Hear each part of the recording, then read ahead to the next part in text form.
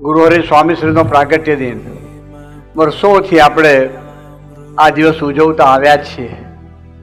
સ્વામીજીએ આપણને ખૂબ લાડ લડાવ્યા છે, ખૂબ પ્રેમ આપ્યો છે. એ ક્યારે વિસરી શકાય એવો નથી, એ ક્યારે ભૂલી શકાય એવો નથી. ઘરમાં પ્રસંગ બનવાના, મંડળમાં બનવાના, સત્સંગ બનવાના જ પ્રસંગો. એ પ્રસંગે આપણે કેવળ કોઈને તરફ ન જોતા, કેવળ સ્વામીજી તરફ નજર રાખીને ભજનનો આધાર લેવો છે. આપણે સ્વામીજીના જીવનમાં, ગુણાતીત પુરુષોના જીવનમાં આવું ડૂબવું છે, મહારાજના જીવનમાં આપણે આવું ડૂબવું છે, જેથી કરીને પ્રસંગે આપણને કોઈના તરફ નજર ન જાય અને કેવળ કેવળ કેવળ આપણે સ્વામીજી તરફ ને ભગવાન સ્વામિનારાયણ તરફ રહે. એમને ભગવાન સ્વામિનારાયણ ગુણાતીતાનંદ સ્વામી યોગી બાબાના વચનમાં ક્યારે અવિશ્વાસ નથી આવ્યો. તો આપણે ક્યારે ક્યારે ક્યારે આપણને સ્વામીજીના વચનમાં ક્યારે અવિશ્વાસ ના આવે, એ આજે આપણે દ્રઢ ઠરાવ કરવો છે.